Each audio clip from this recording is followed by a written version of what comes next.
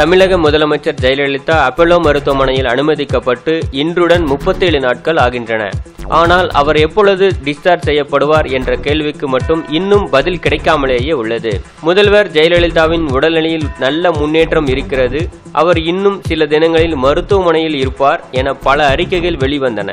பின்னர் அவருக்கு சில பிரச்சனைகள் இருப்பதாகவும் பல நாட்கள் மருத்துவமனையில் இருக்க வேண்டும் எனவும் மருத்துவமனை நிர்வாகம் கூறியது.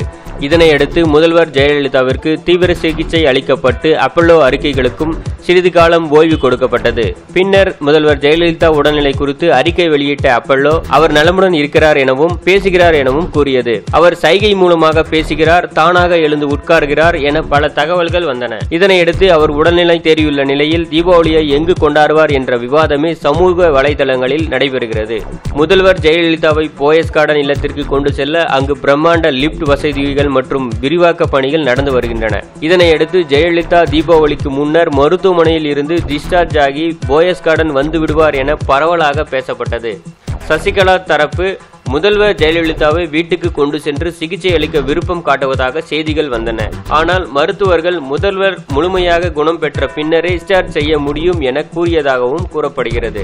இந்த நிலையில் சசிகலாவை சந்தித்த ஜோதிடர்கள் முதல்வர் ஜெயலலிதா தீபாவளிக்கு பின்னர் தான் டிஸ்சார்ஜ் ஆக வேண்டும் என நாள் குறித்து கொடுத்ததாகவும் தகவல்கள் வெளிவந்தன.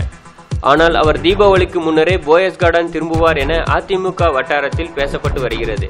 ஜெயலலிதா தற்பொழுது நல்ல குணமாகிவிட்டார், மெதுவாக பேசுகிறார், அவருக்கு அளிக்கப்படும் சிகிச்சைகள் அனைத்தும் அவருக்கு நல்ல ஒத்துழைப்பு வழங்கி பயனளிக்கிறது. எனவே தீபாவளிக்கு முன்னரே அவர் போயஸ் கார்டனுக்கு சென்று சிகிச்சையை அங்கு தொடர்வார் என தகவல்கள் வெளிவருகின்றன.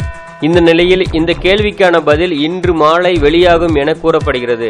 அப்பல்லோ மருத்துவமனையிடம் இருந்து இன்று மாலை அறிக்கை வரும் எனவும் அவர் டிஸ்சார்ஜ் ஆக வாய்ப்பு உள்ளதாகவும் அதிமுக வட்டாரங்கள் பேசுகின்றன. மேலும் இது போன்ற சுவாரஸ்யமான செய்திகளை உடனுக்குடன் தெரிந்து கொள்ள தமிழ் பிக்ஸ் சேனலை சப்ஸ்கிரைப் செய்யுங்கள்.